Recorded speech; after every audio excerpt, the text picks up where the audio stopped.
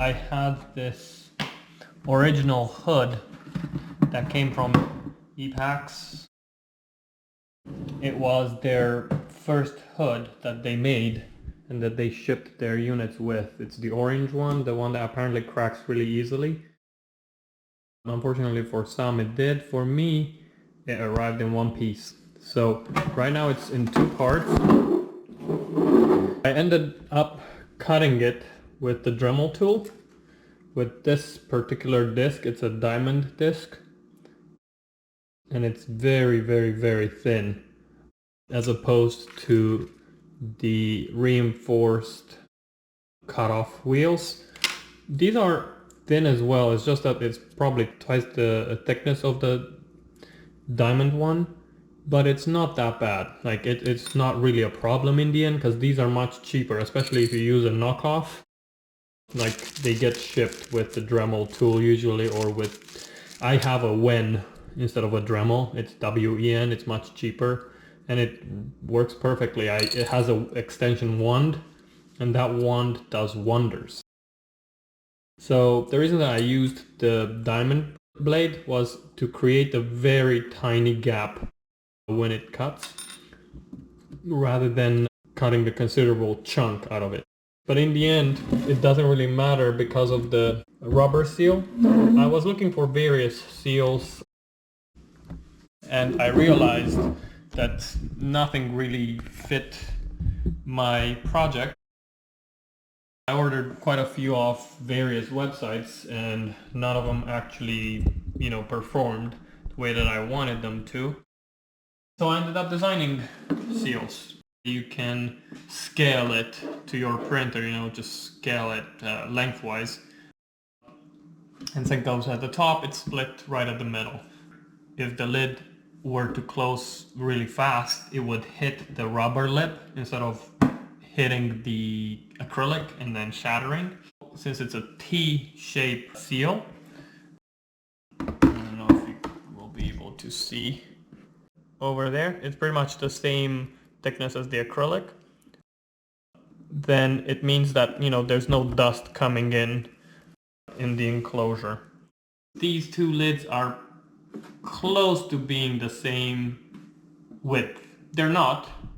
The base that stays locked in is still wider and we'll see how it performs, but I would have probably cut the lid. If I had to do it again, I would have cut it maybe half of the width that I have here. I ordered these hinges. They are tension hinges and they're 4 pieces. They're called PSCCO black control hinges. There, you can tension them or loosen them by playing with that screw.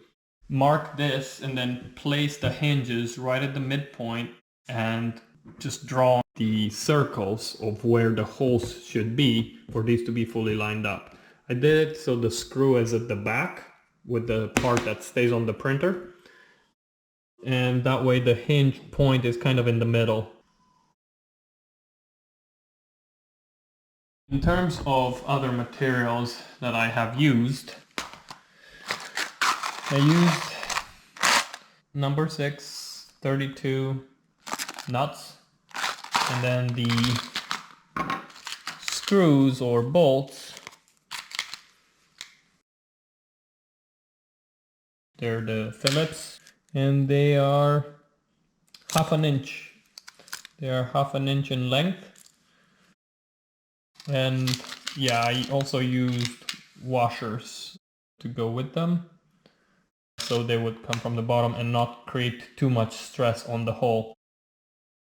Because there is the rubber seal here, this is gonna be higher than this, so we don't want that. We want them to be on the same level, so I used rubber washers.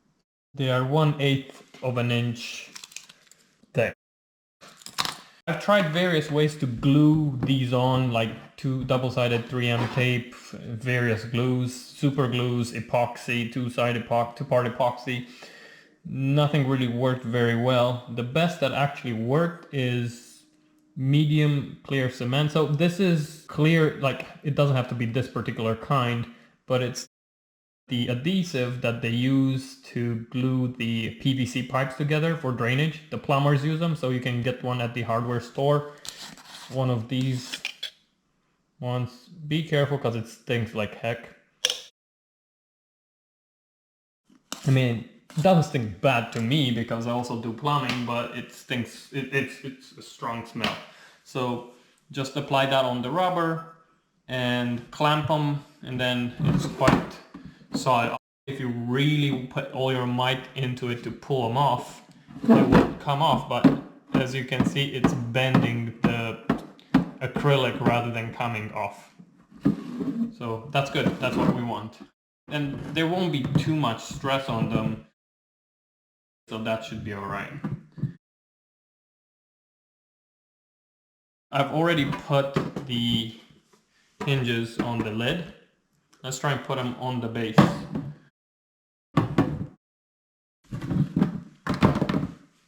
So I'm going to take the metal washer and the 1/2 inch screw. So if there's too much give here, like if the screw comes through, then the hinge doesn't close all the way.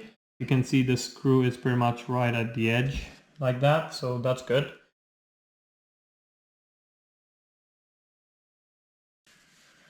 And pray that all your holes align.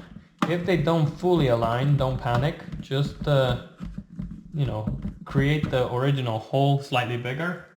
I've used 5/32 diameter drill bit, and you can always use a bigger one if they don't fully align, just to get them to, you know, you have a little bit of a wiggle room, so that way they get to align there. Like, you can lift it like that and